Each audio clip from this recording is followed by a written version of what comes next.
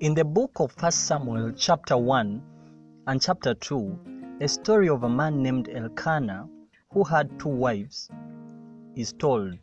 One was called Hannah and the other was called Peninnah.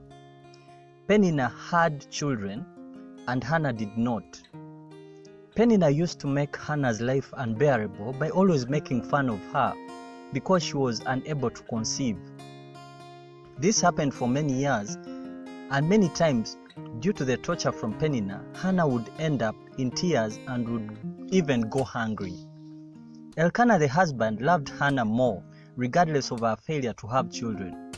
It disturbed him too, for she was not happy all the time, and it disturbed him also to see her troubled.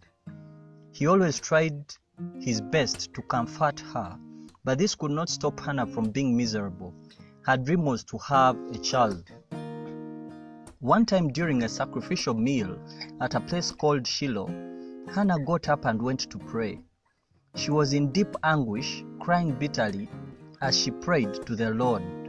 She even made a vow, "O Lord, if you look upon my sorrow and answer my prayer and give me a son, then I will give him back to you.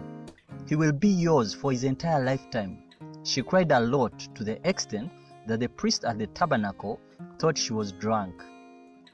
Eli the priest later realized she was just discouraged and in sorrow, so he blessed her. In a very short time, God answered her prayer, and she was able to conceive and give birth to a son whom she named Samuel, which meant "I asked for him." And true to her promise, after the child was weaned, she took him to the tabernacle in Shiloh and gave him to the Lord to serve God for his entire life. Samuel later became a powerful priest. In this story we learn that nothing is really impossible with God. From a barren state, he enabled Hannah to celebrate by granting her a son. Many people have a lot of dreams and ambitions, but sometimes give up because of how impossible circumstances may seem. Many people choose to put their dreams aside when things don't seem to work out after a long time. There are so many people who will laugh and mock you because of your current condition, but it is wise to ignore them.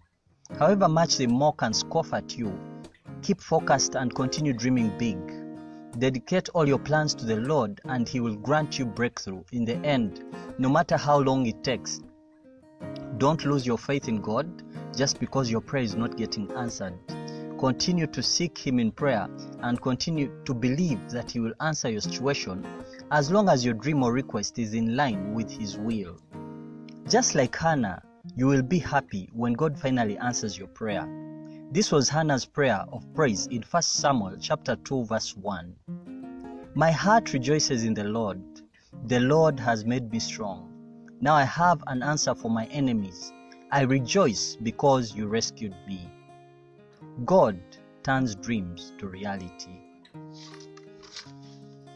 Dreams do come true, as presented by Jamesboy Imani, my Beautifier Community Youth, Uganda.